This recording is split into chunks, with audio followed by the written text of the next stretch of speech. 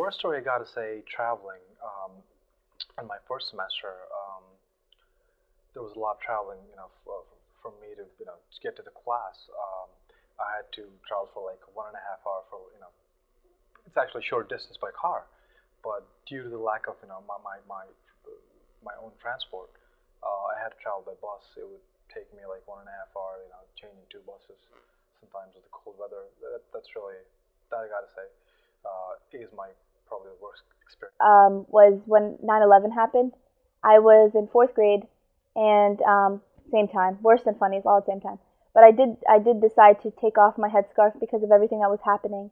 And I remember my teacher, who was very, everybody was just angry. Nobody understood what was happening, and she would blatantly just like not talk to me in class or say, "Oh, can you explain what happened?" I was in fourth grade. I didn't know what was going on, and it was really tough. It was really tough because everybody knew I was Muslim, and everybody treated me differently, or people would just look at you and give you just a really evil look, and or just like kick stones in front of you. Like that I think that year and the year after that was very tough for a lot of Muslims, and I think I got it. I think I got it. I don't think it was that bad for me compared to some other stories I've heard, but it really was one of the worst things that's happened when I was young, and I still remember it.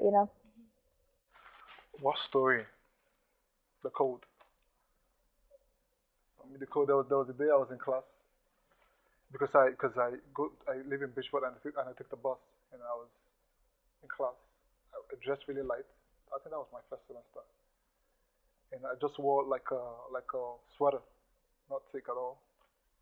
And I'm sure everybody was dressed just the way I was dressed, and I was expecting, oh, it's fine, because I'm always looking at the weather before I leave the house. I want to know. I just thought, oh, it's gonna be warm today. And as soon as I left the class, I came out freezing. It was really really cold.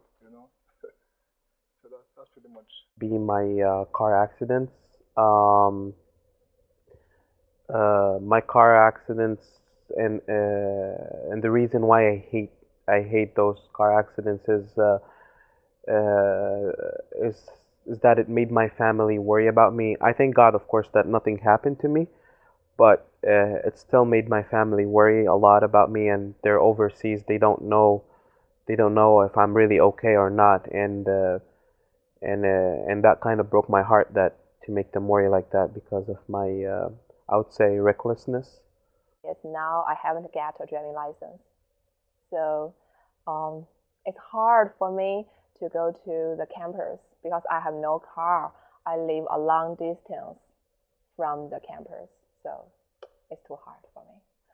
I didn't have a car when I first came here, and that's why I had to walk 25 or 30 minutes in extremely cold weather.